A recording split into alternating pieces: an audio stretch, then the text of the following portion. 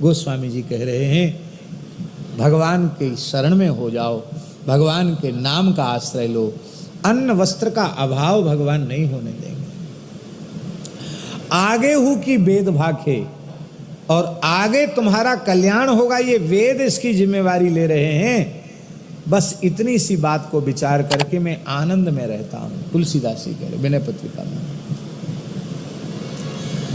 पूज्य वृंदावन के एक महान नामनिष्ठ सिद्ध संत परम पूज्य श्री चंद्रशेखर बाबा महाराज कहा करते थे, वो कहते थे कि बहुत अच्छी बात बाबा की वाणी से बहुत अच्छी लगती थी। उड़ीसा का शरीर था उनका बाबा का, और बड़े विद्वान थे और बड़े उच्च कोटि के महात्मा थे।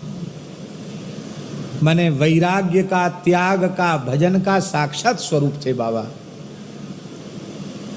हमारे वृंदावन की तो शोभा थी।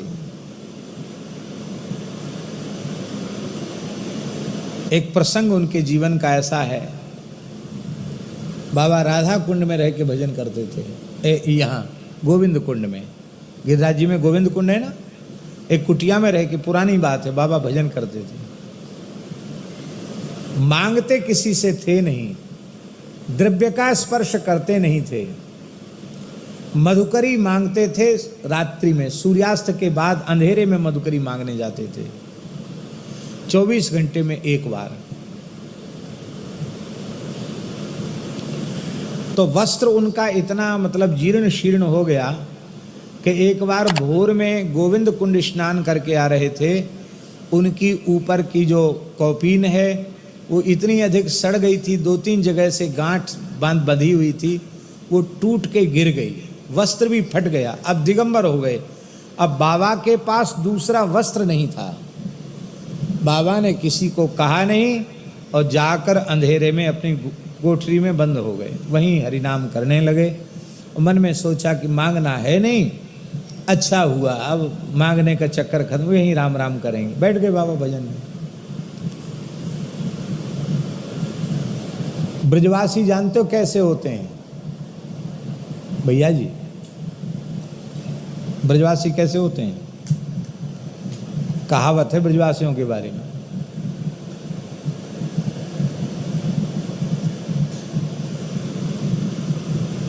ब्रजवासी समदाता नहीं, क्या? ब्रजवासी सम दाता नहीं, पर बिन मांगे देता नहीं। बोलो वृंदावन बिहारी। तुम चाहे जिते दिनांत तक घर में भूखे पड़े रहो, मधुकरी मांगवे जाओगे तो ब्रजवासी टुकड़ा दे देंगे, और नहीं तो मेरे बाबा जी ब्रज में भजन कर रहे हैं, कौन कौन को ठेका ले बेचारे। तो ब्रजवासी सम दाता नहीं और बिन मांगे देता नहीं। मांगने जाओगे तो कौन ध्यान करता, तमाम बाबा जी मधुकरी करने आते। तो किसी को पता तो था नहीं, बाबा ऐसे अपने भजन कर रहे हैं। 3-4 दिन व्यतीत हो गए भजन करते करते। चौथे दिन एक लाली आई।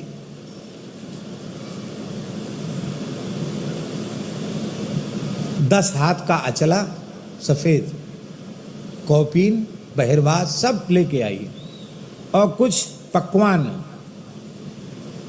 पक्की मधुकरी लेके आई।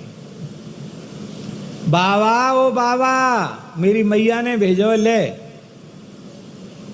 और तू जो है कपड़ा ना है तेरे पे, लो ये तो कपड़ा है, हमारे घर में उत्सव है। सवेरे सवेरे तो बाबा ने वहीं से आवाज लगाई, राधे श्याम, राधे श्याम, यहाँ मत आओ, हमारे शरीर पर कपड़ा नहीं है।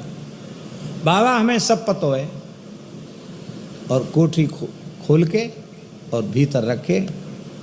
अब बाबा आश्चर्य अपने मन में करें कि हमने कुंडी भीतर से बंद करी कमरे की, ये बिना हमारे खोले कैसे खुल गई? भीतर से कुंडी बंद है तो खोलने पे तो खुलेगी, भीतर से तो खोली नहीं। अब वो लाली सामग्री धर के चली गई। बाबा ने उपयोग तो कर लिया, फिर गोविंद कुंड में स्नान करने भी गए और आहार भी ले लिया, लेकिन मन में विचार करने लगे कि ये कैसे पता, इतना बढ़िया सूती कपड़ा जैसा हम पहनते हैं, वही वस्त्र, तो बाबा बहुत विकल हो गए कि ये कौन था, जो कौन लाली दे के गई। तो बाबा जैसे ही थोड़ी पा करके, इतने दिन से पाया नहीं था, पा के थोड़ा सा विश्राम किए तो साक्षात श्री लाडली जी पधारी स्वप्न में। कहा बाबा मैं ही लेकर आई थी, अब तुम्हारा भजन पूरा हो गया, जाओ वृंदावन वास करो। ये बात पता नहीं है लोगों को, शायद सबको पता नहीं है, पर दास को बाबा की कृपा से, भगवत कृपा से पता है। ऐसे संत थे बाबा, अद्भुत जीवन था बाबा का।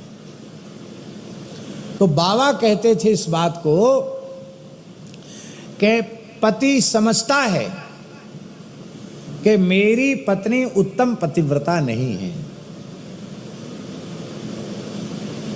लेकिन फिर भी वह पति उसे अन्न वस्त्र आभूषण जो आवश्यकता होती वो देता है। क्यों देता है? नहीं देगा तो उसकी बदनामी कम होगी, पति की बदनामी। देखो ये तो सेठ जी हैं और उनकी गृहिणी देखो फटे लत्ता पहरे डोल रही है। बताओ दिवाली पर भी कोई सोने का आभूषण शरीर पर नहीं है, तो निंदा किसकी होगी? उसके पति की होगी। तो बोले ऐसे ही जितने वैष्णव हैं सब सधवा स्त्री के समान हैं, पर हम लोग पतिव्रता तो नहीं बन पाए, भोगों में मन लगा हुआ है, उल्टा स्त्री के समान हैं। पर ठाकुर जी अपनी बदनामी के डर से हम लोगों को अन्न वस्त्र सब कुछ दे रहे हैं।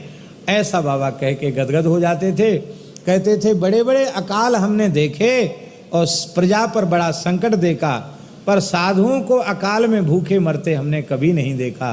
अकाल में भंडारे ज़्यादा होते ये देखा हमने। क्यों? कहते ठाकुर जी को चिंता रहती है, हमारे नाम पर घर द्वार छोड़ा है, इनका हमसे संबंध है, ये भूखे नंगे डोलेंगे तो हमारी बदनामी होगी। बोले संसारी मनुष्य भी अपनी बदनामी से डरता तो ठाकुर जी क्यों नहीं डरेंगे? ऐसा बाबा बोलते थे।